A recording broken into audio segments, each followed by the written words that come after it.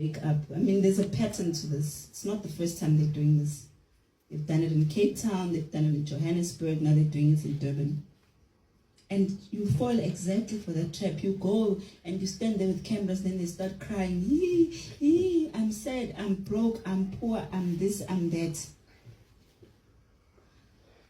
Firstly, how we deal with that is we remove those cameras from those people.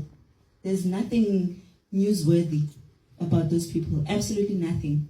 The crowd is getting lesser and lesser, and anyone who fears for their life won't go and sleep outside Home Affairs if you're scared for your life. Like any scared person, you scared. So will you go and sleep there when you're scared? Because you'll go and find a place where you're not going to be exposed. Why would a scared person go and sit where they're going to be even more exposed? Because if Much and Much was trying to hurt them, do you think we wouldn't have hurt them by now? All those days they're sleeping outside there? If we wanted to hurt them, by now they would have been hurt very easily, very simple. But those same people who say they're running away from Much and Much, they don't want to open cases. The other one came to a news journalist and said that they were hit by someone of Much and Much. The journalist said, did you open a case? And then they're asking me about it. I said to the journalist, why do you entertain people who haven't opened a case? Because that's hearsay. You know, I wouldn't go to the media and say, oh gosh, there's a foreigner who stabbed me, unless I say, I have gone to the police station, I've opened the case, this and this happened, etc. So now you're busy giving these people exactly what they want, and that's sympathy. Now they are demanding their own town. Like they want their own town from our government. They ran away from their government. Now they're saying they're not safe. Why are they not running away now? Like, what is stopping them from running away? Because I guess their job is to run away from being scared. Us as South Africans, we don't run when we're scared, we fight. And that's the difference between them and us. And if they were not running away from their government and they were fighting it, trust me, African leaders would be much better leaders today.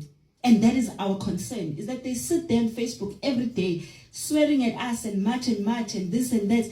The energy that they have is the same energy all Africans need to have for their governments, so that we don't have these corrupt leaders stealing money from people, stealing resources, getting rich, and their children are on social media, living a life buying LVs and Gucci's while you are living in abstract poverty. That is not a South African problem. And you can't blame South Africans for protecting their country. And the last one of borders, do we want borders to have a border? Are foreign nationals emotionally manipulating South Africans? What's going on, beautiful people? Welcome back to IZWI LABANSUNDU, the voice for Africans, the voice of the people. Today, we are asking a very uncomfortable but necessary question. Are foreign nationals emotionally manipulating South Africans whenever immigration is discussed? Now, before anybody gets angry, relax and listen carefully. This is not a hate speech video. This is not a call for violence. This is not an attack on every foreign national living in South Africa.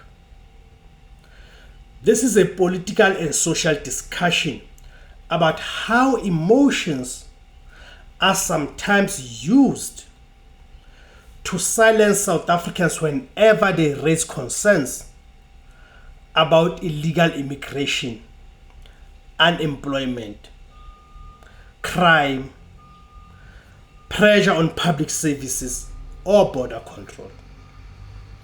Because the moment South Africans speak about these issues, what usually happens? You are called xenophobic. You are called hateful. You are called ignorant. And suddenly the entire conversation shifts away from the actual problems facing ordinary South Africans. So today, let us have an honest conversation. Are South Africans being emotionally blackmailed into silence? Let us talk.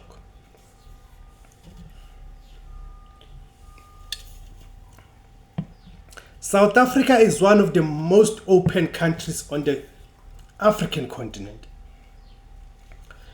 Millions of foreign nationals live, work, study, and do business in this country.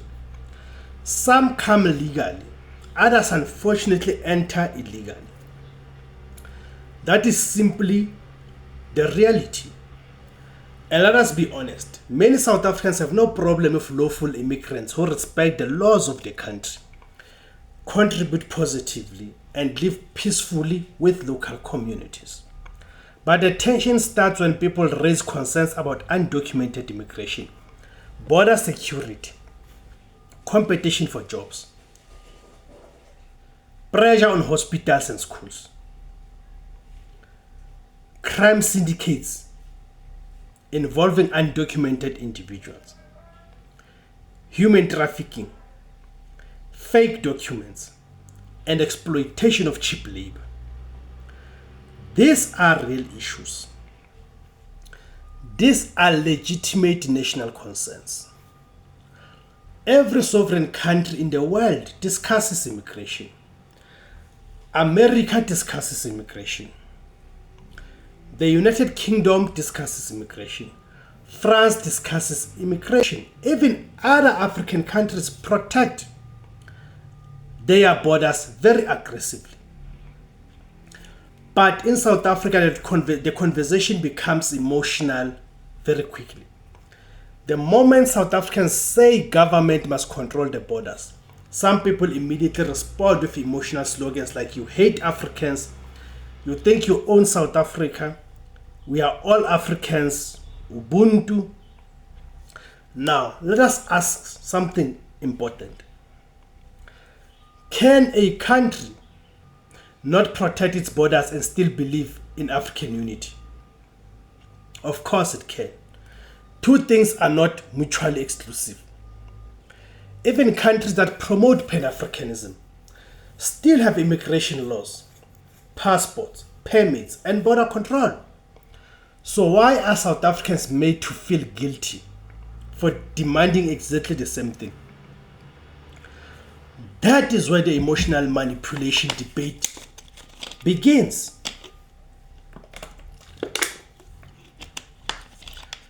Now let's talk about emotions versus reality. One thing we must understand is that emotions are powerful political tools. When people cannot defeat your argument logically, sometimes they try to defeat you emotionally. Instead of discussing facts, statistics, law enforcement, or policy failure, the discussion becomes emotional. Suddenly you are told that foreign nationals are suffering, but they are running away from poverty, but they are escaping war. And yes, some people genuinely are escaping terrible situations. That is true. But here's the question nobody wants to answer. Does another country's suffering automatically mean South Africans must stop caring about their own suffering? Because South Africans are also suffering. We have massive unemployment, poverty, crime, collapsing municipalities, overcrowded hospitals, housing shortages, and one of the highest youth unemployment rates in the world. So when South Africans raise concerns, why are their emotions treated as less important? Why are South Africans expected to endlessly sacrifice while politicians fail to manage immigration properly? That frustration is real. The xenophobia label. Another thing we need to discuss is the misuse of the word xenophobia. Yes, real xenophobia exists. Yes, attacking innocent people is wrong. Yes, violence against foreign nationals is unacceptable. But not every discussion about immigration is xenophobia. Wanting legal immigration is not xenophobia. Wanting border control is not xenophobia. Wanting proper documentation is not xenophobia. Wanting South Africans to get priority in employment opportunities inside South Africa is not xenophobia. That is normal. But in South Africa, people are often emotionally pressured into silence through fear of being labeled. And once someone is labeled xenophobic, society stops listening to them completely. That is dangerous for democracy, because democracy requires open debate. Politicians also play this game. Let us also be honest about politicians. Some politicians use foreign nationals as political shields. Whenever government fails to create jobs, fix crime, or improve the economy, the migration debate explodes.